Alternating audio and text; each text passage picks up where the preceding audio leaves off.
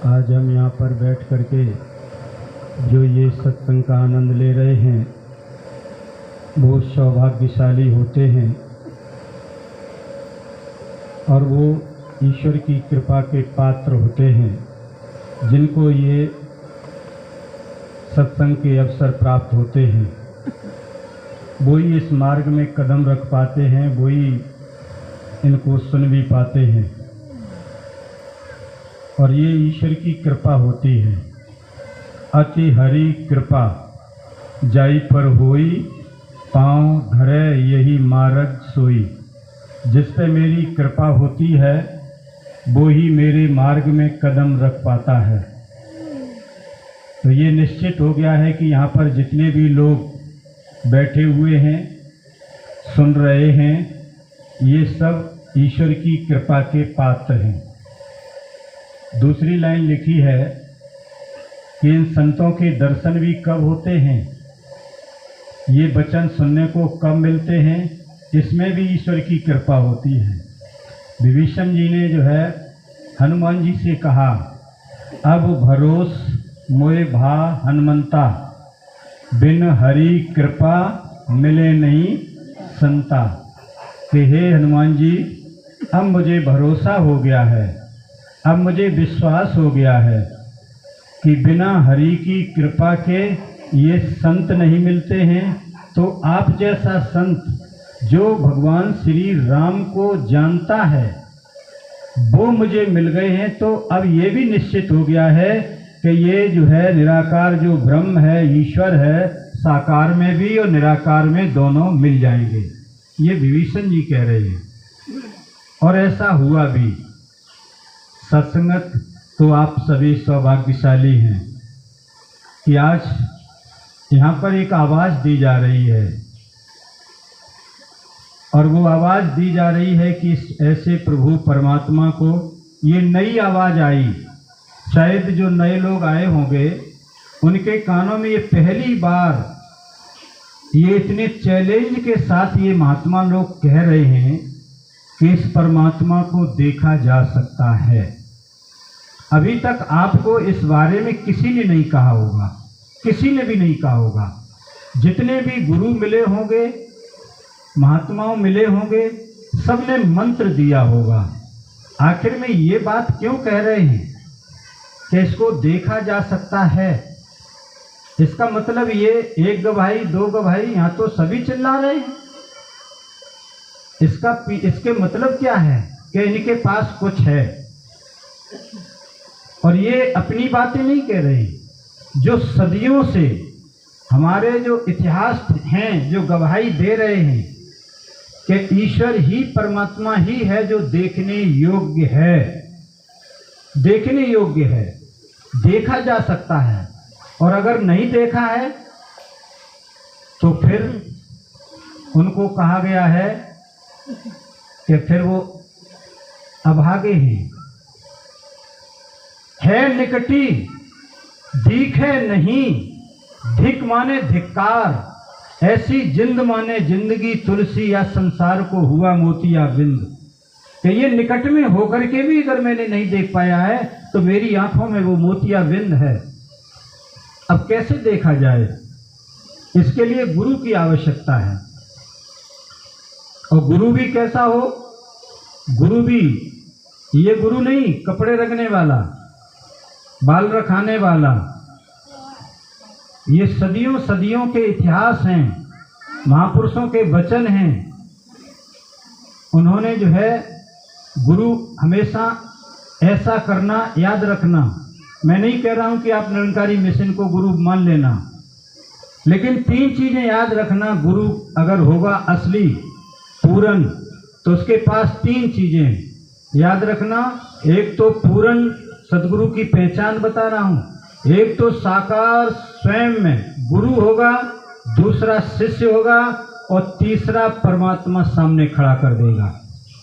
तो समझ लेना ये गुरु पूरा है। और अगर तीन में से एक भी कम है, गुरु है चेला नहीं है, तब भी प्राप्ति नहीं है। गुरु है ईश्वर नहीं है, गुरु है मंत्र है, ईश्वर गायब है, तो गुरु अधूरा है। अभी कहा था कि कन फूका गुरु हद का, कान फूकने वाला गुरु हद का है, बेहद का गुरु और। जब गुरु मिले बेहद का तो मिले ठिकाना ठौर। अब मिलान करो शास्त्रों से। राम कृष्ण से कौन बड़ो, उन्होंने गुरु कीन, तीन लोक के नायका गुरु आगे आधीन। भगवान श्री राम जी मौजूद हैं, उनको भी गुरु की आवश्यकता पड़ी तो वशिष्ठ जी के पास गए। वशिष्ठ जी के पास पहुंचते हैं, वशिष्ठ जी के पास पहुंचते हैं और वशिष्ठ जी से कहते हैं कि प्रभु मुझे जो है मेरा परिचय कराइए, मैं कौन हूँ, कितना वक्त लगेगा। उन्होंने कहा है कि एक फूल के मसलने में देर होगी और ये जानने में देर नहीं होगी। पैरों में नतमस्तक हो गए और पूछा कि कौन से राम के दर्शन करना चाहते हो, जो आज राम, अभी तुम कुछ दिन पहले पैदा हुए थे और जब तुम कुछ दिनों बाद ये तुम्हारा शरीर नहीं रहेगा, और इससे पहले भी था और अब भी है और आगे भी रहेगा। जो सवन में रमत है सो राम, न कि दशरथ पुत्र राम। जो हमेशा रहने वाली परम सत्ता है, उसका दीदार वशिष्ठ जी ने तुरंत कराया।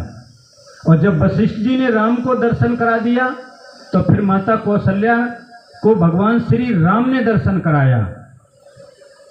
क्या कराया है? दिखाया है। वहाँ राम को वशिष्ठ जी ने दिखाया, राम ने माता कौशल्या को दिखाया। क्या दिखलाया? तब मातः दिखलाया अद्भुत रूप अखंड, रोम रोम प्रति लागे कोटि कोटि ब्रह्मांड। कि देख माँ, तू जो मुझे ये समझ रही है कि मैं ये शरीर हूँ, मैं ये नहीं हूँ, मैं ये अखंड हूँ, मैं ये अविनाशी हूँ। ये शरीर एक साधन है, इस साधन के माध्यम से ये साधन धाम मोक्ष कर द्वारा, और पाए न जेई पर लोक समारा, ते परत्र दुख पावे सिर धुन धुन पछताएं, काल कर्म ईश्वर मिथ्या दोष लगाए। कि फिर मुझे मिथ्या दोष मत दे देना। ये दिखाया है। अब जब दिखा दिया है, अभी जो है हमारे मिश्रा जी कह रहे थे कि यहाँ पैर छूने की परंपरा है, ये परंपरा लोप हो गई थी। निरंकारी मिशन ने फिर इसको जागृत किया, फिर इसको उजागर किया।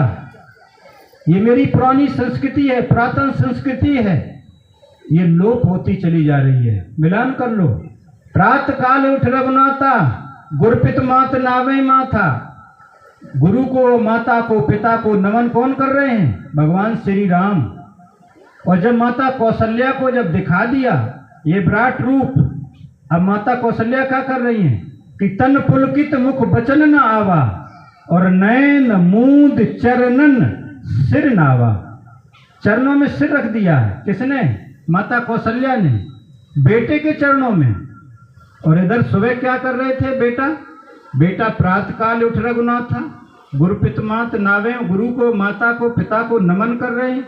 मेरी संस्कृति थी। वाल्मीकि जी के आश्रम में भगवान श्री राम जाते हैं तो वाल्मीकि जी जैसे ही देखते हैं, तुरंत ही भगवान श्री राम वाल्मीकि जी के चरणों में गिर जाते हैं। राम कहते हैं महाराज कुटिया में चरण डाल दीजिए।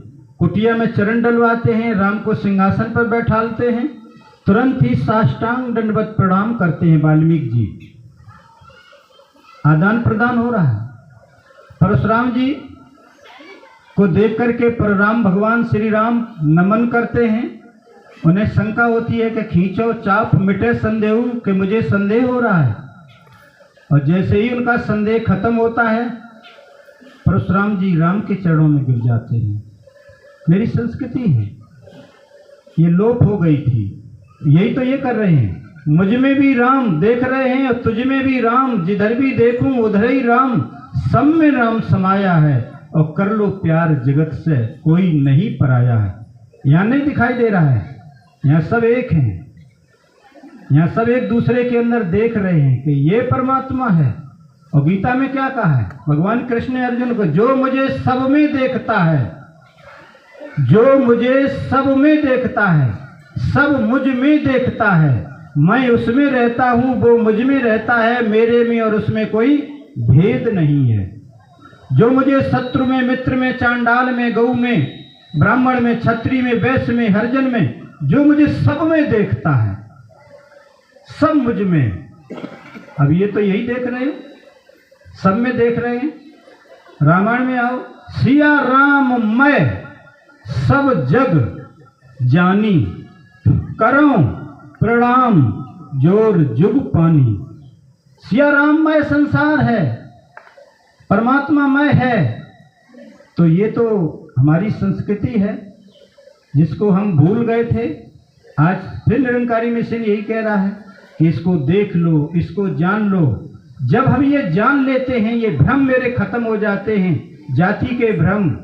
मेरी जाति है, ऊंची जाति है, मैं ऊंचे कुल में जन्मा हूँ, फलानी जाति का नीचा है, फलाना जाति का ऊंचा है।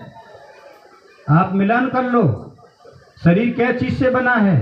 5 चीज से, मिट्टी, पानी, हवा, अग्नि, वायु और आकाश। और 5 चीजों की जाति है। मिट्टी की कोई जाति, पानी की कोई जाति, हवा की कोई जाति। 5 में से बताइए किसी की जाति है, और 5 चीजों को इकट्ठा कर दिया गया, इसी से मानव का निर्माण हो गया। अब कौन सी जाति बची है? कैसी जाति है? कोई प्रमाण पत्र है? नहीं है। मेरी जाति है सिर्फ मानव, मैं मानव हूं। और जाति के अभिमान से डूबे बहुत कुलीन, जाति के अभिमान के कारण से ही हम डूबे जा रहे थे। जाति का गर्व मत कर मूर्ख, मूर्ख कहा गया है। जाति का गर्व मत कर मूर्ख गवारा, जाते उपजे अनेक विकारा। अनेकों विकारों की उत्पत्ति होती है। उस चीज को हम गहे हुए थे, सदगुरु ने दया कर दी, कृपा कर दी, तो इसने जो है जाति का अभिमान खत्म कर दिया। और ये अभिमान ये चरण छूने से ही खत्म होता है। ये जैसे बुखार में थर्मामीटर लगाते हैं, और थर्मामीटर लगाने पर पता चलता है कि कितने डिग्री बुखार है, तब वो मीटर बताता है कि 104 डिग्री है। ऊंची जाति वाले से जब पूछो कि उससे कहो कि तुम छोटी जाति को नमन कर दो, तो वो क्या कहेगा कि मैं श्रेष्ठ हूं। यानी कि वो अहम का बुखार है, वो ईगो है, उसके कारण से वो झुक नहीं सकता।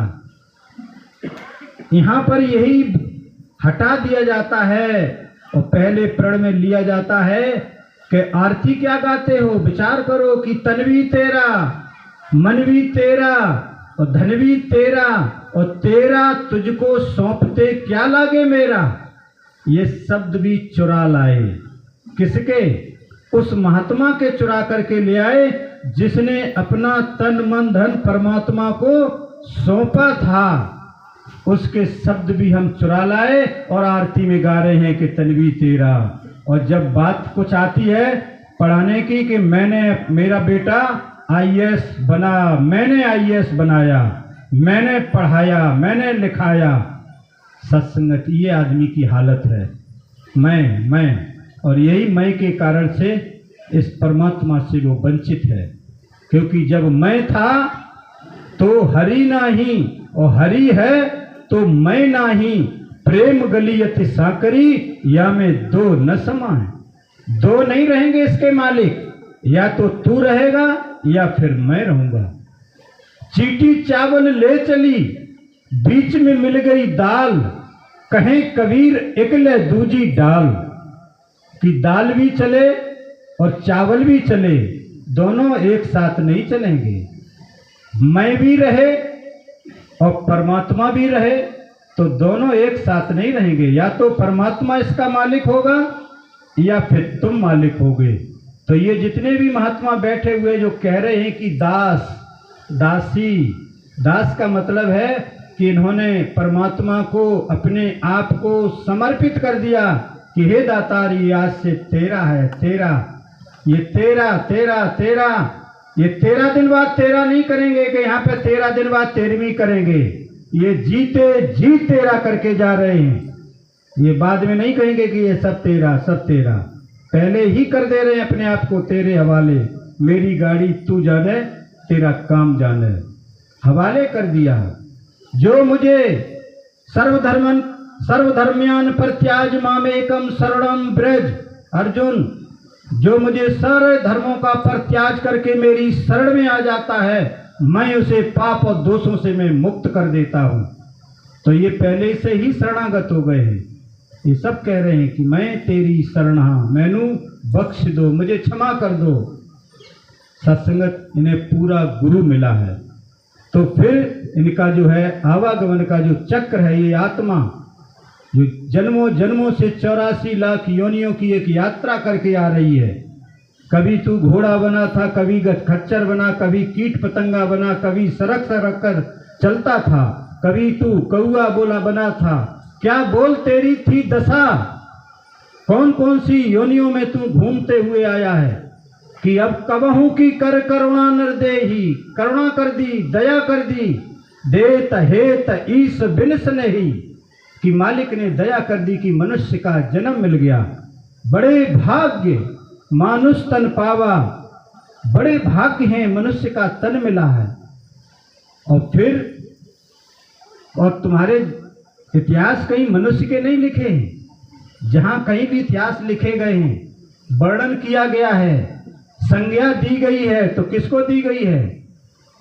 कोयल को, कोयल जैसी बाणी हो, शेर जैसा सीना हो, हाथी जैसे दांत हो, ये पक्षियों को दी गई है सत्संगत। लेकिन आदमी का हाल क्या है कि और फिर भी बड़े भाग्य मनुष्य तन पावा, फिर भी ये भाग्यशाली कहा जा रहा है। और वो आदमी के पैरों में तो इतना जादू है कि अगर जहां से निकल जाता है तो वहां की घास सूख जाती है। इसका तो ये हाल है। सत्संगत फिर भी भाग्यशाली है। वो भाग्यशाली इसलिए है कि बंदा बना ही था इस खातिर, ये छूट दी है, मालिक ने तुझे छूट दी है कि 84 लाख योनियों में तू जाने के बाद मैं तुझे एक मनुष्य जन्म दे रहा हूं। तू इस जन्म में जाकर के देख ले तेरा क्या भोजन है, कौन सा जो है जीव जंतु भोजन करते हैं, कितनी साधन उनके पास संपन्न हैं। लेकिन अगर तूने ये परमात्मा की प्राप्ति नहीं कर पाई तो फिर तुझे 84 भोग के पहुपे अटकी आए। अब की पासा ना पड़ा तो फिर 84 जाए, तो फिर तेरी ये आत्मा ये 84 लाख योनियों में जाएगी और तुझे फिर इन्हीं योनियों में से निकलना पड़ेगा। फिर तू जने कब तक तेरी यात्रा ये मनुष्य की, कब मिलेगा मनुष्य का जन्म, उस समय सदगुरु हुआ या ना हुआ। सत्संगत आज समय का सदगुरु ये कह रहा है कि आओ रब के दर्शन कर लो। पैगाम है सारे इंसानों को संदेश दिया जा रहा है। फिर ये मत कहना कि खुलेगी जब तेरी किताब, होगा जब तेरा हिसाब, पूछेगा मालिक जवाब, तो देना होगा तुझे हिसाब, कि हिसाब देना पड़ेगा इस मालिक की दरबार में। जब ये रूह तेरी पेश होगी, जब जाएगी तो वहाँ पूछा जाएगा, धरती पर तुझे मैंने भेजा था कि ईश्वर की प्राप्ति, इस आत्मा को परमात्मा से मिला ले। ये मिट्टी मिट्टी में मिल जाएगी, पानी पानी में मिल जाएगा, हवा हवा में मिल जाएगी, आकाश आकाश तत्व में मिल जाएगा, पांचों तत्व मिल जाएंगे। छठा तत्व कहाँ जाएगी? जो छठा तत्व है ये आत्मा, ये कहाँ जाएगी? कहाँ से आए हो, क्या काम है तुम्हारा, और ठहरोगे किस मुकाम पर जब लौटोगे दोबारा? जब ये यात्रा तुम्हारी शरीर की संपन्न होगी तो कहाँ जाओगे? कौन हो तुम? ये किसका नाम है? ये कौन देख रहा है, कौन बोल रहा है, कौन सुन रहा है, कौन खा रहा है, कौन पी रहा है? कभी अपने आप से पूछा कौन हो? ये अरविंद यादव किसका नाम है? क्या इसका नाम है? इसका नहीं है। ये तो चेस्ट है, ये हाथ है, ये सर है, ये नाक है, ये उंगलियां हैं, ये पैर हैं। अरविंद यादव किसका नाम? अगर ये बोल रहा होता, ये देख रही होती, तो एक दिन यहाँ पे लंबे लंबे लेटे होंगे। मित्र कहेंगे, दोस्त कहेंगे, भाई बंधु कहेंगे, अरविंद यादव जी चले गए। कहाँ चले गए? धरे हैं, यहीं रखे हैं। अगर यही आंखें देख रही होती तो मौजूद हैं, देखें, नहीं देख रही हैं। अगर यही वाणी बोल रही होती, बॉडी में वाणी लगी हुई है, जिह्वा लगी हुई है, बोल अरविंद जी बोलो, अरविंद जी बोल ही नहीं रहे हैं। इसका मतलब है कि देखो, अब अरविंद जी देख भी नहीं रहे हैं कि सुनो, सुन भी नहीं रहे हैं। वो कौन था जो बोल रहा था, सुन रहा था? अब वो कौन है जो चला गया, जिसके कारण से इसमें 6 घंटे बाद बदबू आएगी, सड़ जाएगा, घर वाले उठाएंगे, और जिस कपड़े पर तुम लेटे थे, जिनके लिए तुमने सारी जिंदगी कमाया, वो कपड़ा भी निकाल करके बाहर फेंक दिया जाएगा। उसको भी ये घर वाले नहीं रखेंगे, गद्दा भी निकाल देंगे, चारपाई भी कहेंगे मेरी बेकार ना हो जाए, जमीन लगाइए, जमीन में लिटाइए। फिर भी यही शरीर होगा और उस घर को धुलेंगे। इसे धुलिए, ये गंदगी न रह जाए। तुम्हारी ये औकात है, अपने आप को पहचानो, जिनके लिए तुम रात और दिन एक किए हो। कोई नहीं संगी साथी, 13 दिन तक तिरिया रोवे, 10 माता रोवे माता, हाँ सारे जीवन माता रोवे, 13 दिन तक तिरिया रोवे, फिर करेंगे। सब अपने अपने काम करना शुरू कर देते हैं, सब भूल जाते हैं। पहचानो अपने आप को कि मनुष्य का जन्म मिला है इस आत्मा को परमात्मा से मिलाने का। अगर ये नहीं मिला तो फिर इस जन्म में तुम्हारा आना व्यर्थ है जी। जो घर में ही घर दिखा दे वो ही सतगुर पूरा है, जो इस रूह को पति मिला दे वो ही सतगुर पूरा है। इस रूह को पति मिला दे। आत्मा भी अविनाशी है और परमात्मा भी अविनाशी है, तो अविनाशी अविनाशी में ही विलय होगा। अविनाशी अविनाशी में विलय होगा। और विलय कितनी देर में होता है? ये पूछा कि प्रभु, भगवान कृष्ण ने अर्जुन ने पूछा कि प्रभु आपको कैसे जाना जाएगा? कहने लगे कि मेरे किसी तत्ववेता संत के पास जाओ, उसको साष्टांग दंडवत प्रणाम करो, उसकी सेवा करो, वो तुम्हें दिखा देगा, तुरंत मिला देगा।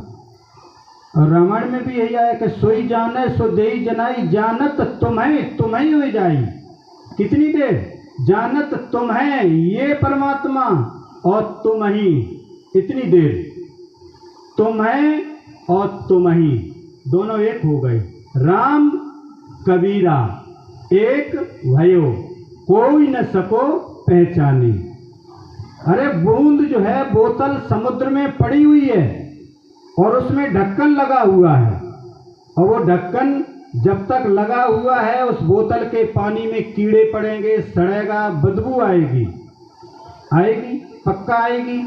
लेकिन अगर बोतल का ढक्कन हटा दिया जाए तो वो बोतल का पानी और समुद्र का पानी दोनों मिल जाएंगे।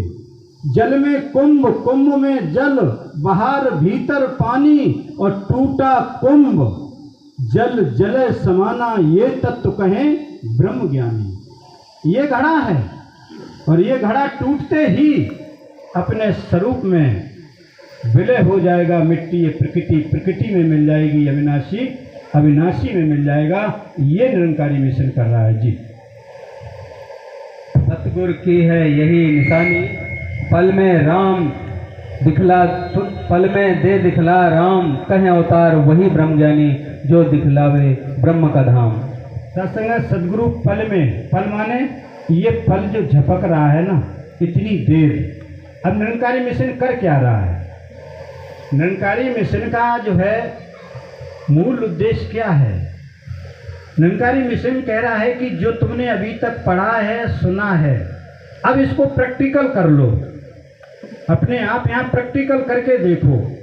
प्रैक्टिकल में क्या करना है? प्रैक्टिकल में ये करना है कि आपने पढ़ा था कि तब माताएं दिखलाया अद्भुत रूप अखंड, रोम रोम प्रत लागे कोट कोट ब्रह्मांड। करोड़ों ब्रह्मांड, सूरज चांद तारे, ये जो ब्रह्मांड है ये सतयुग और द्वापर त्रेता वाले ही हैं। निरंकारी मिशन क्या कर रहा है? वो ये कह रहा है कि पहले देखो कि ये परमात्मा है तुम्हारे सामने, इसी के अंदर ये सूरज और चांद तारे अगर ये रखे हैं, अगर दिखाई दे जाएं तो स्वीकार कर लो। ये कहीं नहीं गए, वही हैं। अगर ऐसा ये कर दे रहे हैं कि इस परमात्मा के अंदर सूरज चांद तारे दिखाई दे जाएं कि सब इसी के अंदर रखे, तो स्वीकार कर लो। फिर गीता में कहा है कि भगवान कृष्ण ने अर्जुन से कि देख अर्जुन, मुझे अग्नि जला नहीं सकती, पानी भिगो नहीं सकता, तलवार काट नहीं सकती, हवा उड़ा नहीं सकती। माचिस की तीली ले लेना, तलवार ले आना, हवा है ही, और इसको काट के देख लेना। अगर ये न कटे तो स्वीकार कर लेना। पानी डाल के देख लेना, गीला ना हो तो स्वीकार कर लेना।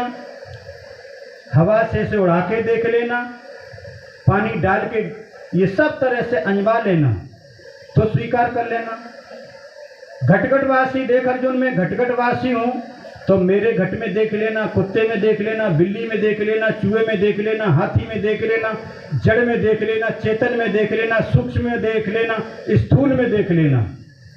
अगर इससे भी न, तो फिर प्रभु तेरी सत्ता के बिना पत्ता तक हिलता नहीं। पत्ता को हिला के देख लेना, दाएं भी है, बाएं भी है, नीचे भी है, ऊपर भी है। अगर ऐसा हो तो स्वीकार कर लेना। रोम रोम में देख लेना कि ये प्रत्येक रोम में जो 3.5 करोड़ रुएं हैं, इन प्रत्येक रोम में अगर ये निरंकारी मिशन दिखा दे तो स्वीकार कर लेना। कितने प्रमाण चाहिए?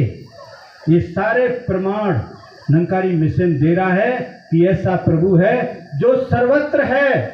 बिन पग चले सुने बिन काना, कर बिन कर्म करे बिन नाना, आनंद रहत सकल रस भोगी, बिन वाणी वक्ता बड़ जोगी। बिना पैर वाला हो, बिना हाथ वाला हो, बिना रंग वाला हो। अगर ऐसा हो तो सुन लेना। ये तुम्हारी बात को सुन रहा हो, ये देख रहा हो तो स्वीकार कर लेना। ये निरंकारी मिशन कह रहा है, देख लो। और ऐसे परमात्मा को ये, क्योंकि परमात्मा सर्वव्यापी है, हर व्यापक सर्वत्र समाना। हरि जो है सब जगह समान रूप से व्याप्त है।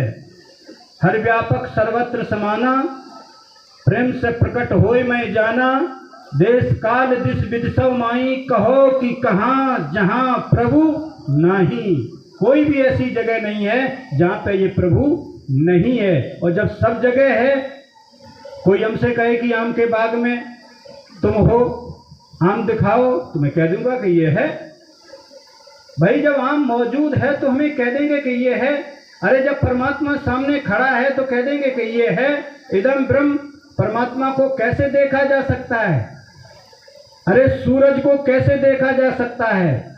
सूरज को देखना है तो सूरज की रोशनी में ही सूरज को देखा जा सकता है। कोई लाइट नहीं बनी, कोई प्रकाश नहीं बना कि सूरज को दिखा सके।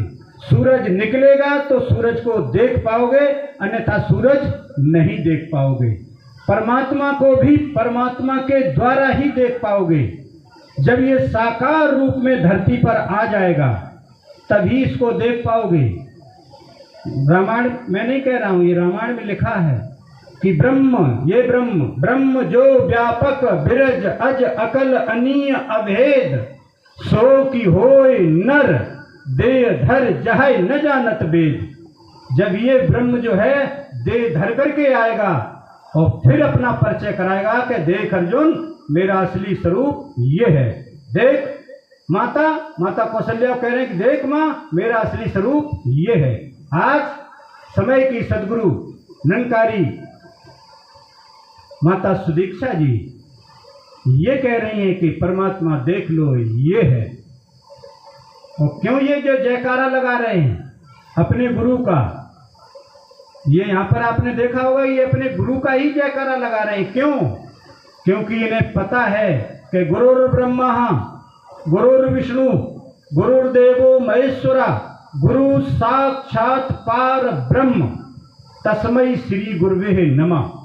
इन्होंने अपने गुरु को ब्रह्म देखा है, इनके गुरु ने ब्रह्म दिखाया है। अपने गुरु को ब्रह्मा मानते हैं, विष्णु मानते हैं, शिव मानते हैं। अब तुम अपने गुरु की जयकारा खुल के बोल पा रहे हो कि नहीं बोल पा रहे हो, वो तुम्हारा विषय है, लेकिन ये सब बोल रहे हैं। इसीलिए तो ये जयकारा बोल रहे हैं कि आज का समय का जो मालिक है वो समय की सदगुरु माता सुदीक्षा जी महाराज हैं, जो कह देती हैं कि ये परमात्मा है, ये ईश्वर है। अगर ऐसा गुरु है तो कनफुक्का गुरु हद का बेहद का गुरु, और जब गुरु मिले बेहद का तो मिले ठिकाना ठौर। आत्मा का परमात्मा में ठिकाना मिला देता है, इसको पूर्ण सदगुरु कहते हैं।